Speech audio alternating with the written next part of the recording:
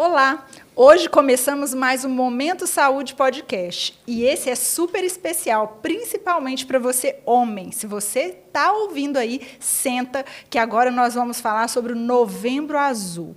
Esse mês foi criado para que você pudesse ter a sua saúde lembrada. E isso, para os homens, é uma coisa muito importante. As estatísticas dizem que as mulheres vão muito mais ao médico do que os homens. Então, você precisa estar atento à sua saúde. Não é só quando você sentir algo que você deve procurar um médico. E hoje, para abrilhantar o nosso programa, eu estou aqui com o Dr. Paulo Faria Barbosa, que é uma pessoa muito conceituada do nosso estado, um médico urologista, que vai trazer várias informações para vocês a respeito desse tema. Paulo, obrigada por aceitar meu convite. Você mora no meu coração, você sabe disso, né? Nós somos lá de Minas Gerais e vamos falar para esses homens aí, ver se a gente consegue encorajar esse povo.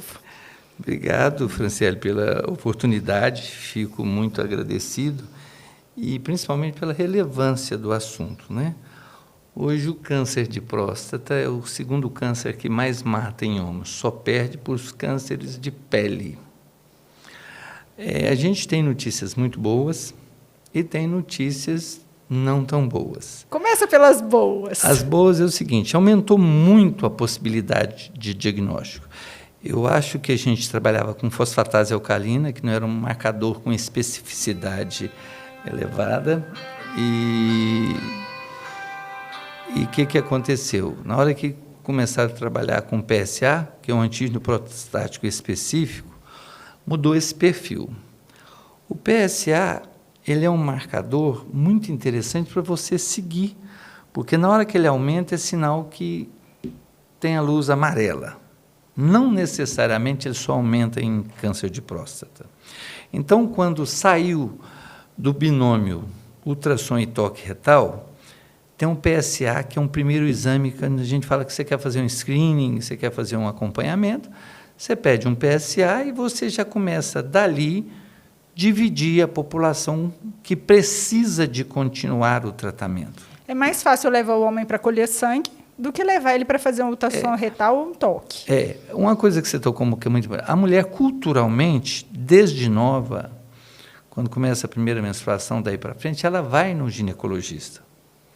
O homem não tem essa cultura, e a gente ainda tem uma cultura machista que atrapalha mais ainda. E não necessariamente todas as vezes que se vai no urologista precisa de um toque. Um PSA abaixo de 1 dificilmente faz o toque.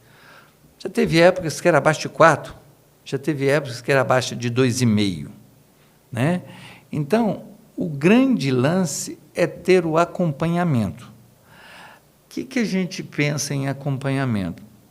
Vocês, mulheres, não começam a ir no ginecologista, normalmente depois da primeira menstruação ou começo da vida ativa sexualmente? Esse é o recomendável. É o recomendado. O homem, a gente muda um pouco em função de idade. Se tem casos na família, precoce, 45, 50 anos, seria bom já ir num urologista.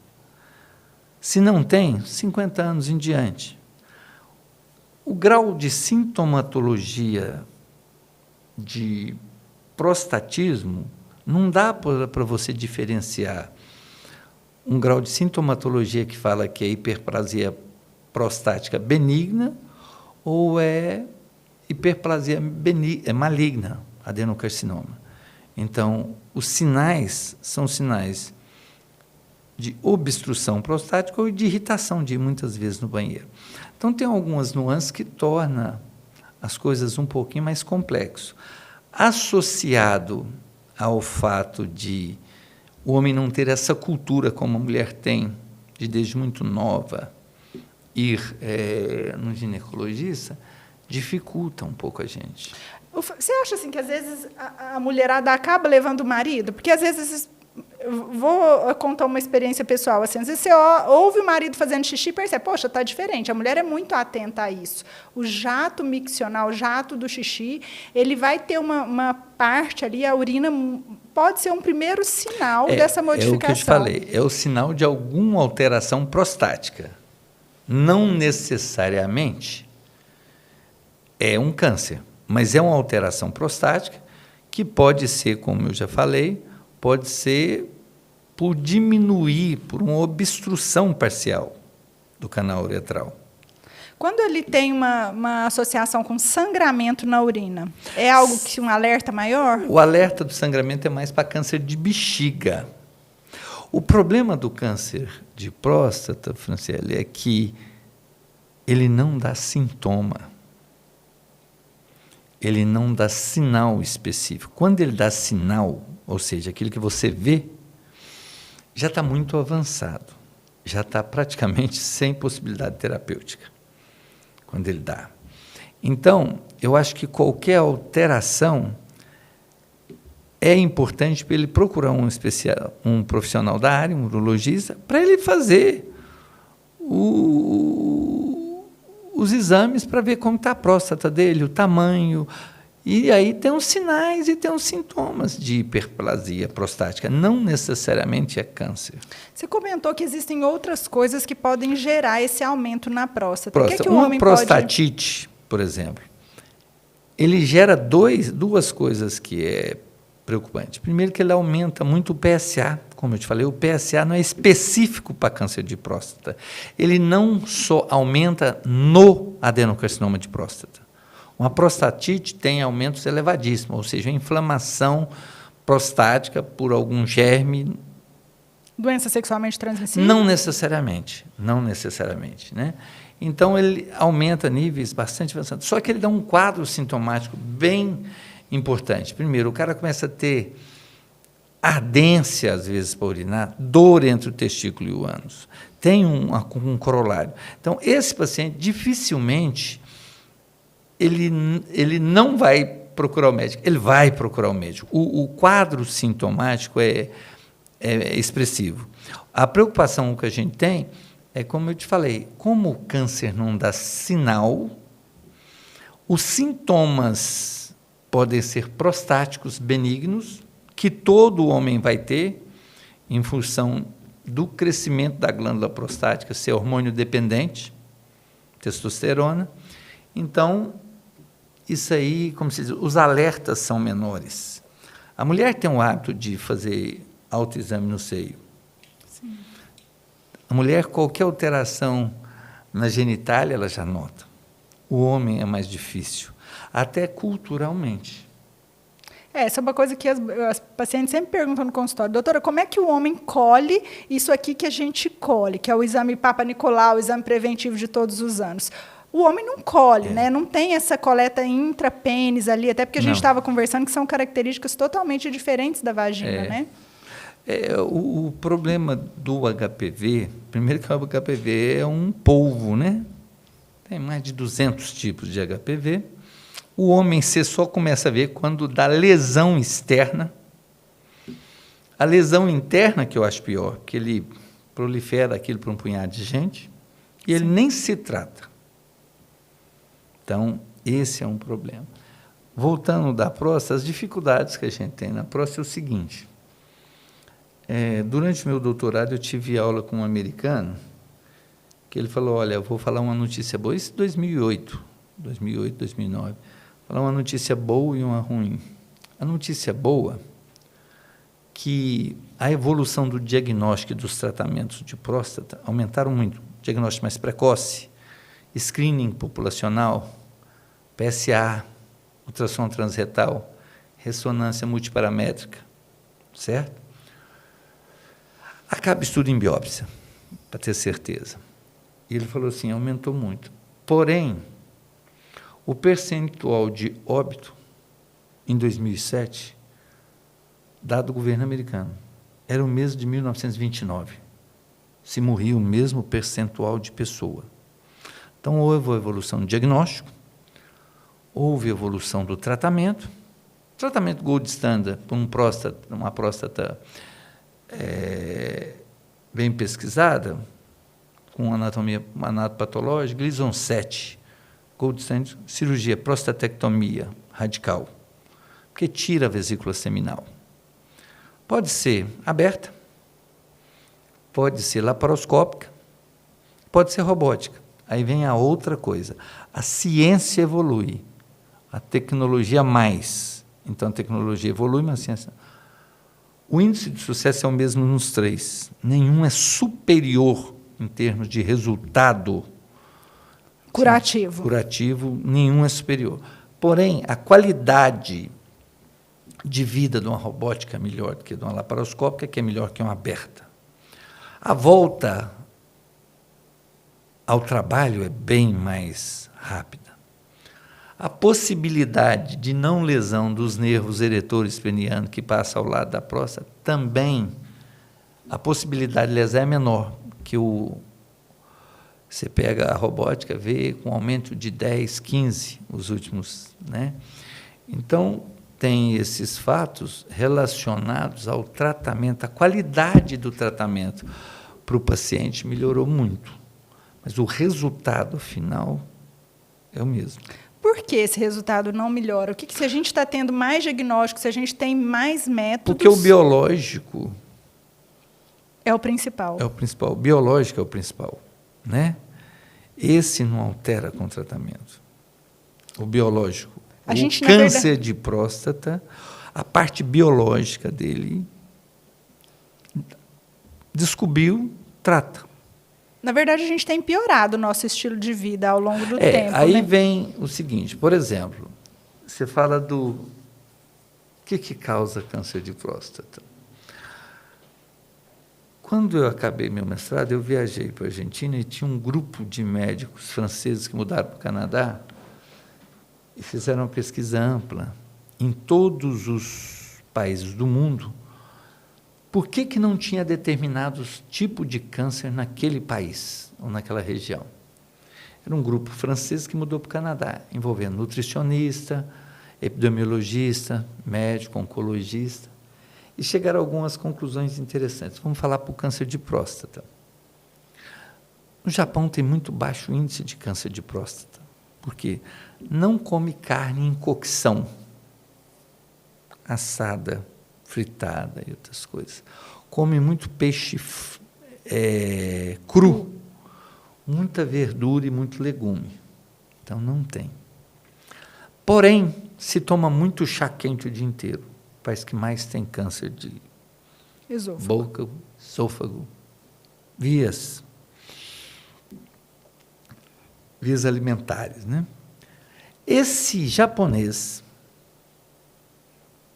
que o vovô mudou para os Estados Unidos e que a primeira e principalmente a segunda geração já americanizou, muita carne em cocção, muita carne processada, muito alimento processado, ele tem o mesmo índice de câncer do americano que mora lá. Então, você começa a ver que a alimentação e o estilo de vida interfere. Você pega na Índia, se usa muito cúrcuma, se usa muito condimento, se usa muita pimenta. Pouquíssimo câncer de intestino, de esôfago. Mas o indiano que muda, um país que muda os hábitos alimentares, também começa a ter o mesmo índice de câncer deste local. O japonês que vem para o Brasil e mora em São Paulo, ele começa a ter os hábitos, mas ele tem menos câncer que no Rio Grande do Sul, que tem muito hábito alimentar de carne em cocção. Porém, em São Paulo, ele tem muito estresse, né? Então, o estilo de vida, o que se come, tudo isso altera. A coisa é integrada, não é, se fizer isso, você vai ter, se você não fizer, não tem. Tem toda uma ligação, né? Vocês estão aí na sala, estão percebendo. Gente, esse programa do Novembro Azul chama os maridos, chama os pais. Vamos orientar os filhos também, que é nossa responsabilidade, criar uma geração de pessoas para elas poderem se cuidar. E eu queria dizer para vocês que no próximo bloco vão ter mais informações super relevantes. Fica aí que você vai amar. E uma novidade que nós temos agora no programa. Esse WhatsApp que tem aqui embaixo, você pode enviar suas dúvidas e perguntas perguntas que nós vamos mostrá-las no ar e também, claro, respondê-las através dos nossos especialistas. E quando eles não puderem, eu vou estar trazendo as respostas deles também para vocês, tá? Fiquem ligados, já já tem o próximo bloco.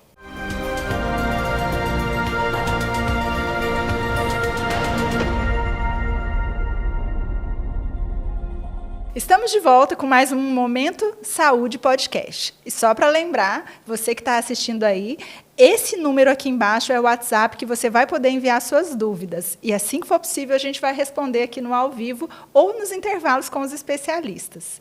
A gente estava falando aí a respeito de que doenças sexualmente transmissíveis pouco tem a ver com essa incidência do câncer de próstata. E que os acontecimentos relacionados a andar a cavalo, bicicleta também têm pouca relevância. Mas hoje a gente vive num mundo que o hormônio está sendo usado indiscriminadamente. O hormônio é algo muito bom quando usado na proporção certa, de forma adequada, mas com o uso, às vezes, nas academias, um uso indicado por pessoas que não são médicos, não são da área, não compreendem, podem gerar um risco maior de desenvolvimento de problemas na próstata, né? A preocupação que eu tenho disso é tudo que você mexe no biológico, você pode ter 96%, talvez até mais, de excelentes resultados, mesmo bem usado. Porém, os 4% pode acontecer equívoco e problema com um cara muito bom, com um médico muito bom. O que a gente tem de, hoje em dia, mais em up-to-date, câncer de próstata, que eles já estão falando que você já nasce com o código genético, você vai ter câncer. Se você estimular esse código genético com alimentação inadequada, falta de sono, falta de exercício, uso indiscriminado de anabolizante... Bebida alcoólica? Bebida alcoólica. Pode piorar e aumentar a possibilidade dele realmente ter câncer de próstata. Por isso a importância, mesmo tendo estudo, de fazer a prevenção. Para fazer o screening, ver se consegue o mais precoce possível, que o mais precoce possível tem tratamentos menos invasivos, com maior chance de sucesso. O que a gente tem disponível na rede pública do estado do Tocantins em relação à cirurgia para o câncer de próstata? O tratamento Gold Standard, melhor tratamento para o câncer de próstata, bem orientado, bem pesquisado com exames, prostatectomia radical. Hoje tem no estado, rotineiramente, prostatectomia radical aberta, começando a se fazer a laparoscópica, lembrando que o resultado é o mesmo. Robótica nós não temos no estado. Além do tratamento cirúrgico, tem quimioterapia, pode ser adjuvante, neoadjuvante, tem hormonioterapia, né? Em alguns casos de sequela já tem radioterapia. Por isso a importância de fazer diagnóstico precoce. Agora, falar que tem câncer de próstata, porque andou a cavalo a vida inteira, que a mula era ruim de trote, andou de moto, andou de bicicleta, não tem verdade científica nisso. O cara vai para a academia. Não. A gente tem que ver o perfil do cara que na academia fala que ele tem alteração prostática, pelo que ele já tomou na vida. De anabolizante. Os injetáveis aí, que tem prejuízo para o fígado, mas para a próstata também. Também. Né? Então, eu acho que o mais importante é qualidade de vida, fazer screening, tomar cuidado com excessos alimentares. Esse é o mais importante. E ver a casuística familiar. Mas está aumentando o índice de próstata. Igual eu te falei, hoje... Não é que está aumentando o diagnóstico, né? Não é que tem mais câncer, aumenta o diagnóstico, e isso vale para qualquer câncer. Aumento de câncer de mama, câncer de colo de útero, câncer de... Isso tudo que aumentou a possibilidade de diagnóstico. Para quem está assistindo a gente ali, ou no Bico, ou na região sudeste, aqui, enfim, nas cidades mais distantes de Palmas, dos grandes centros, Gurupi e Araguaína, quando é que essa pessoa, esse paciente, deve procurar... ter a iniciativa para fazer um PSA? Porque a mulherada, a gente fala, mamografia 40, todo ano você tem que fazer. O que eu acho é o seguinte, esse PSA, você faz em qualquer lugar. Porque hoje em dia esses exames laboratoriais todos são kits, com a maior parte deles chinês. Colhe-se em qualquer lugar. Ele deu alterado, acendeu a luz amarela. Procurar o centro maior que tem um urologista, para ele aumentar esse diagnóstico. Né? E a nossa referência aqui, no caso, é a região praticamente central... é Gurupi, Porto, Araguaína, Palmas. São os que mais fazem. Mas o PSA faz em qualquer cidade, porque é kit. Se ele tem um familiar, então, que já teve um câncer, ele tem que ter maior cuidado com os exames. E aí ele pode começar a partir de uns 35 anos? Não. Uns 45 anos, né? Cada caso é 40, tem gente que vai falar que é 40. Aí você vai fazer 40 no Rio Grande do Sul... Que tem grande incidência. Então, cada caso é um caso. Mas eu acho que o grande lance que eu acho interessante que você está passando no programa literalmente ter a noção da necessidade disto. Ok. Esse é o importante. Possibilidades terapêuticas, eu já falei. Quais... que não existe um agente causador específico do câncer. Em nenhum câncer. A não ser essas pessoas que entram em contato com radioisótopos, com Césio de Goiânia. Césio. Aí é outra coisa, mas assim, na vida normal, não tem nenhum específico que faça isso. Houve até uma evidência científica, um trabalho que eles fizeram que mostraram que gêmeos que tinham estilos de vida diferentes, o que estava com a vida saudável não desenvolvia doenças de forma semelhante àquele que tinha um estilo de vida ruim. Mesmo código genético, mesmo tudo, mas com estímulos distintos, isso superou aí, a genética, o estilo de vida é muito superior a isso. Tem uma coisa que eu acho que é interessante a gente frisar, é a questão da insônia e do uso excessivo do álcool. Talvez a gente tenha aqui um estado por ser quente e tudo mais, as pessoas têm um hábito de uso de bebida alcoólica com uma certa frequência. É importante que a gente lembre... Eu acho que você tocou num ponto interessante, é o seguinte, na realidade isso não é para câncer de próstata, é para a vida. Você sabe que o sono é reparador, hormonal. Sim. Então o cara que tem um sono de 7 horas, que faz as fases do sono, além dele acordar mais descansado, sono livre de medicação. Que ele tenha atividade física regular, não é ser marombeiro, não é para ir para a academia, mas que ele faça a caminhada frequente, que ele faz menor ingesta de álcool e menor ingesta de proteína em excesso, a possibilidade dele ter qualquer patologia é menor. Inclui câncer de próstata, óbvio. Então, esse dormir, exercitar, tentar viver com qualidade de vida e comer, eu acho que é o segredo.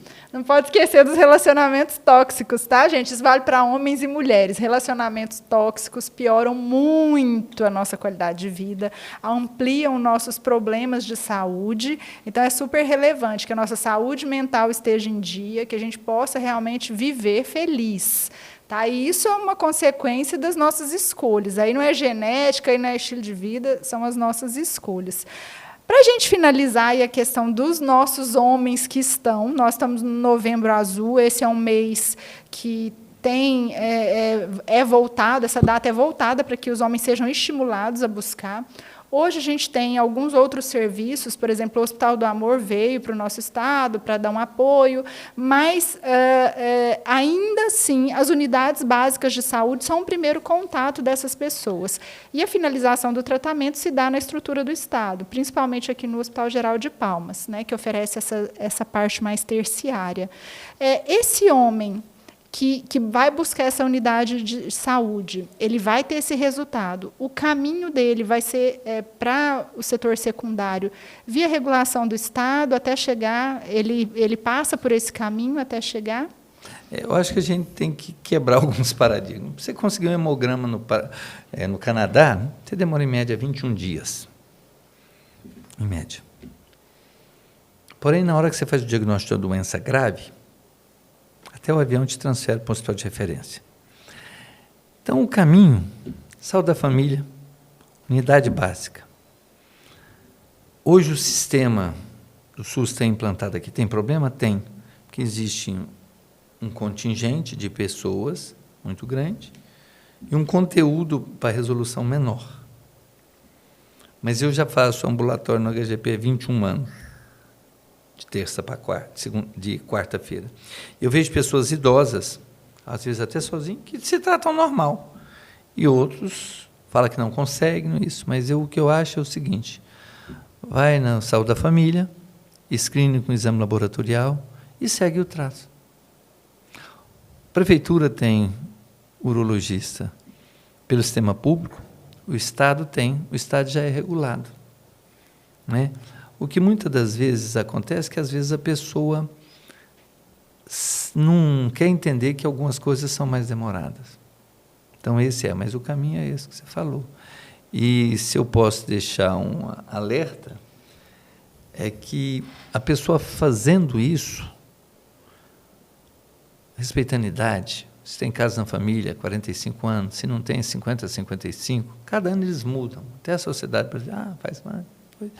Tem menor chance de ser pego de surpresa com câncer. Né? Então, eu acho que o interessante é isso que você falou. Unidade básica de saúde, saúde da família, fazer exame, consulta pelo sistema público, dá certo. Só lembrando, gente, que o nosso sistema de saúde ele tem uma sequência a ser seguida, né? E as pessoas precisam compreender gravidade de quadros. Né? Hoje a gente passa por, talvez, um problema de pressão nas nossas filas cirúrgicas, porque muitas doenças benignas, que, claro, nós sabemos que acabam atrapalhando o dia a dia das pessoas, mas a gente entende também que as malignas são prioridade. Então, sempre que houver uma sala cirúrgica disponível e houver um paciente com necessidade de cirurgia por uma doença maligna, ele vai ganhar à frente nessa sequência de um paciente que tem uma doença benigna. Tá? Então, os acidentes e os casos de doenças malignas, eles são as maiores prioridades, porque o atraso dessas sequências podem implicar na perda da vida dessas pessoas. Né? Queria te agradecer, foi um prazer falar com você, né? Foi muito construtivo. Acho que os homens que estão em casa aí estão orientados a como manter seu estilo de vida daqui em diante e também como fazer a sequência do seu screening da próstata, como procurar, perdeu esse medo, né, de saber que nem toda vez vai fazer o toque. Isso é muito relevante. Obrigada. Obrigado pela oportunidade. Fiquem com Deus. Até o próximo podcast, Momento Saúde.